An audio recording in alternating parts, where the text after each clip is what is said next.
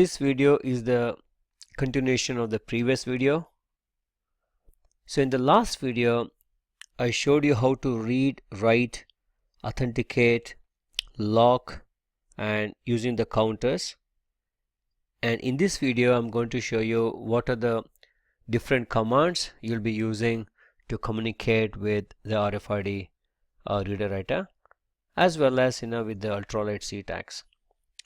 So this video will be more towards the programming, so it's going to be helpful for people who are developers or students who want to learn how to program these RFID reader writers.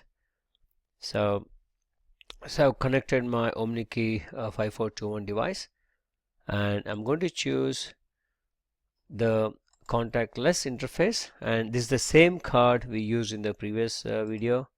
I'm going to choose Ultralight C tags. So the first thing we do is the activate. So if you look at the commands, all these commands are the PCSC library commands in Windows operating system. So even the documentation explains how to use these commands. So I would advise you to get this document from the OMNIKEY website, and you might have to read this document a couple of times in order to understand. So this is a very exhaustive document. Probably you have to pick things that are of interest to you. And the first thing you have to keep in mind is, as soon as you place the tag on the reader writer, it is already activated. What I'm doing here is just getting the UID of the tag.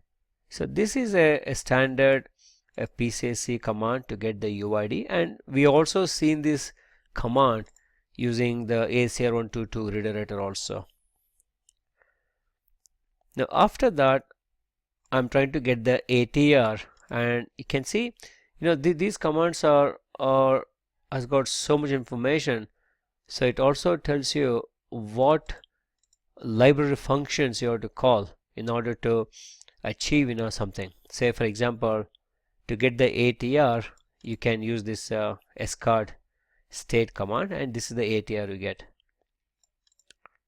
After that, when I hit this read tag, you can see what's happening here. This is just a standard APDU or the standard in ISO 7816 command to read the binary of 16 bytes. So starting from address 0, you're reading the 16 bytes, that is you read 4 pages at a time. If you go scroll down,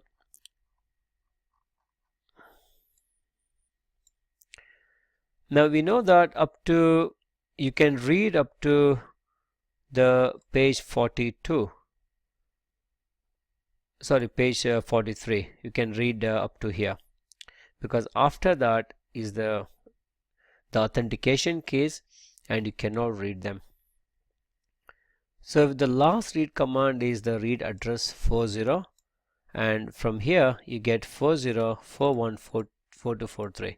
So all these commands are just a standard read command with this with the command structure FF B0 0014 and followed by the length of the command. And the same command we have used in ACR122U also.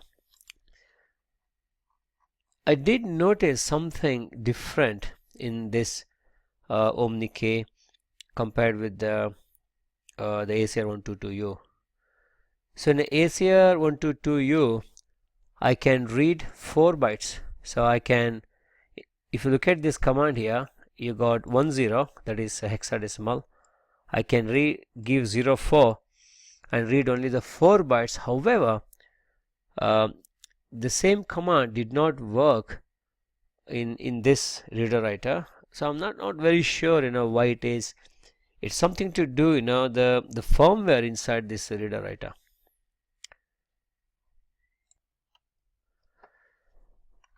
So the next thing I'm going to show you is how the write happens. So I'm going to choose any random page here. So all these are the user data. So I'm going to click page number 6 and write a random text ABCD. I would like to clear the screen. So when I hit the write command, you can see that the reader writer gave a nice flashlight, so that shows there's something has happened. And the command also, this also a very standard APDU, that's right, update binary APDU. We are going to send 4 bytes because we are writing page at a time, and the return address or the response, which is in the standard APDU, is called as SW1 and SW2. So SW1 is 90 and SW2 is 00. So this is a positive response. Now likewise, you can write any page. So however, there is, if you go to page number, say for example, dynamic lock. Now this is not a user data. So I'm going to set few lock pages here. I'm going to lock something. Instead of locking the pages, I will do a block locking, because the block locking will prevent anybody from locking page 16 to 27. That's exactly what I have done for page 28 to 39. If I use these bits, you can use permanently locked.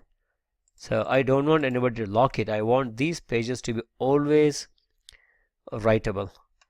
Now if I hit a write, so we got an error. Now if you look at what's happening here is, if I use this command, the same standard, the write or update binary command, if I use, so I get this 6A and 82. So within this user, the developer's guide, if you search for 6A82, and this exactly what we have got now. So it says invalid block address, and the same command works in ACR122 reader but doesn't work here. So again, I'm not very sure why there is a difference in this command. So I just have to modify the program to show you that these things happen. And let me see, I know there is an error, but can I try to write without reactivating the tag? Just try to write to the page 38. So that's fine. The write is successful, so you don't have to reactivate the tag here.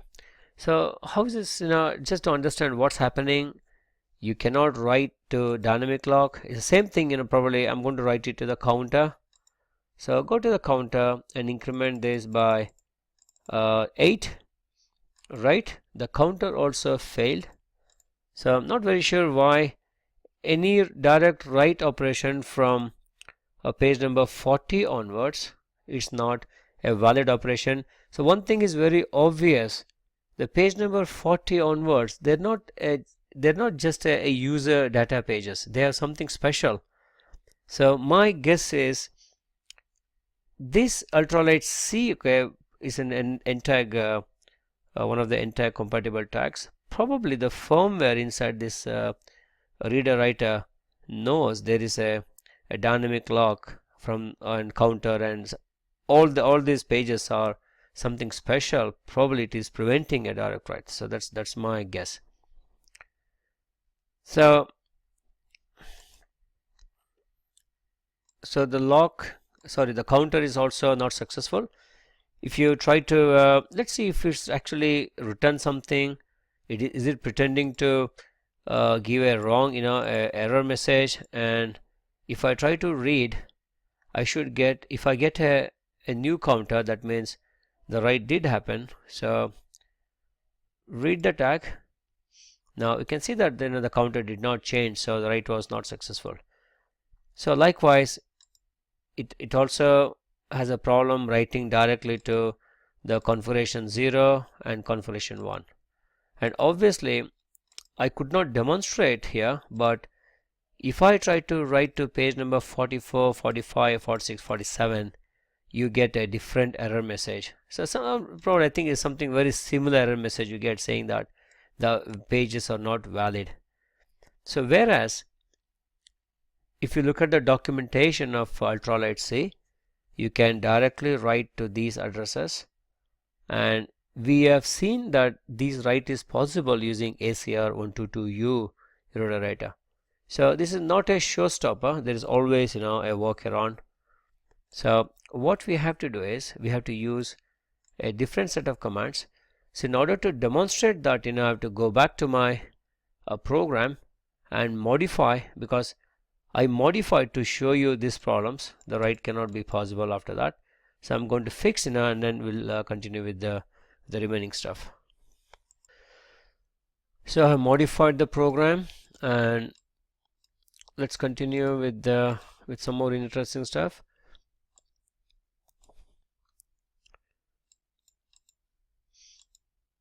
So read the tag. Okay, so I'm going to try to lock, use the dynamic lock.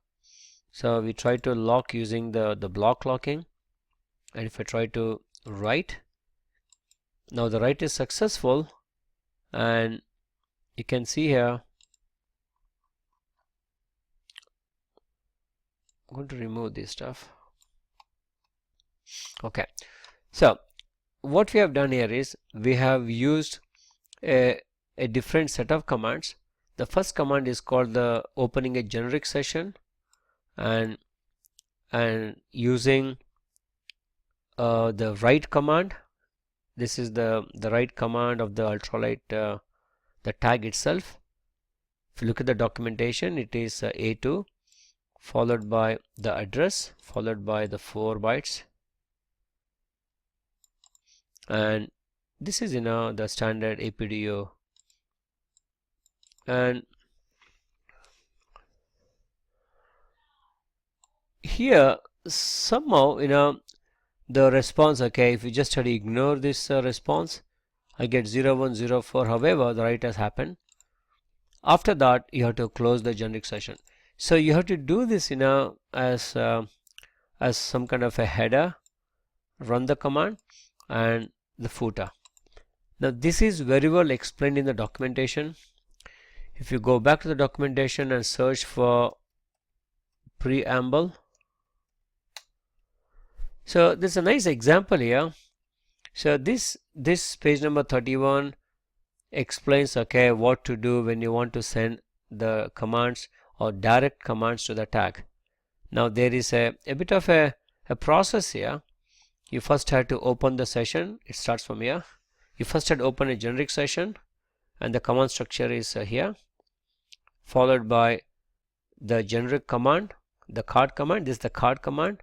So here this example shows the command of a Mifare plus tag, whereas I am using Ultralight C write command. And after that, once you finish sending this the card specific commands, you can close the session, or you have to, sorry, it's not can, you have to close the session, otherwise you will not able to start one more session. So probably the best sequence would be open the session, okay, keep sending all the generic commands you want, then once you have done, close the session. So this is very well explained here. There's a nice example as well. So this is exactly now what I have done here.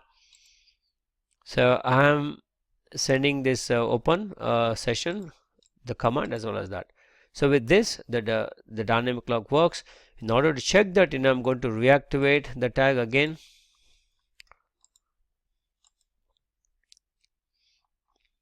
If you go to the lock, you can see the lock is working.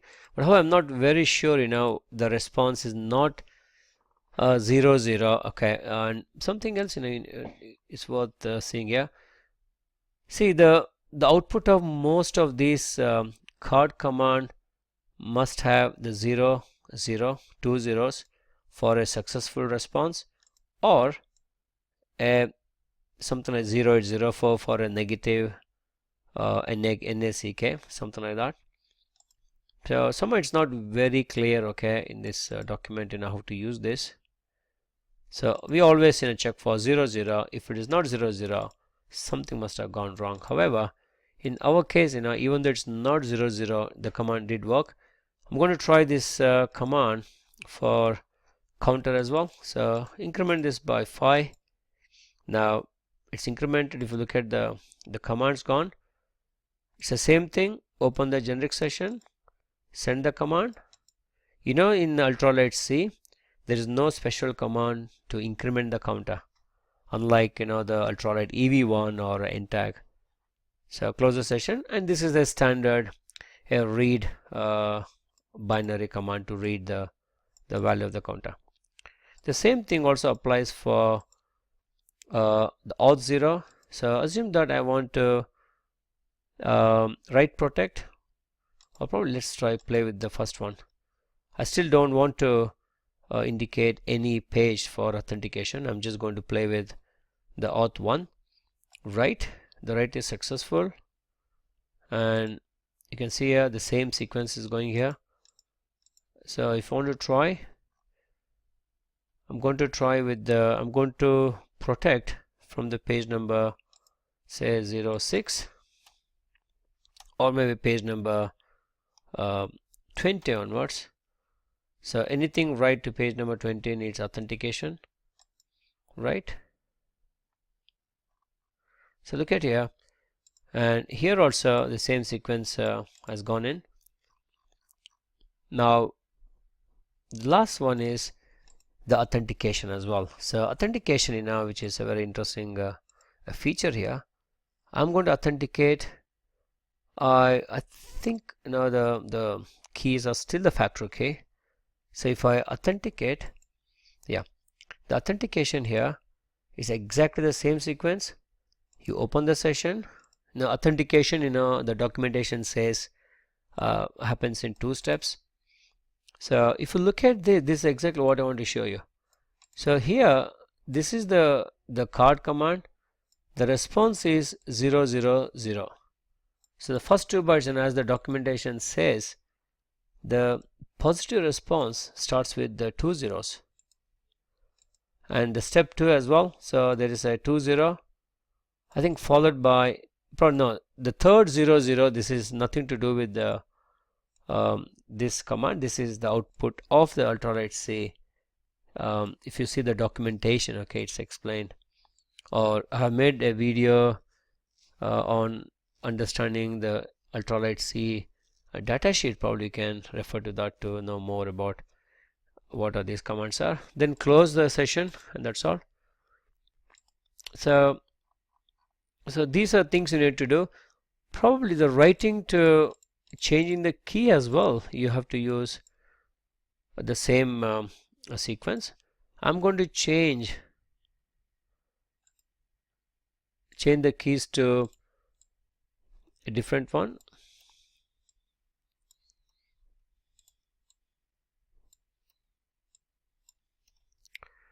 So write, so the key has changed.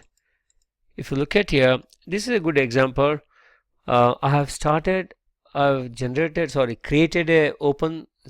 created a session, and I have ran 4 commands. Then I close the session. So these are some of the programming tactics you have to apply. So you could have done these 4 writes as a separate write command where you have a session, write and close, and that should also work.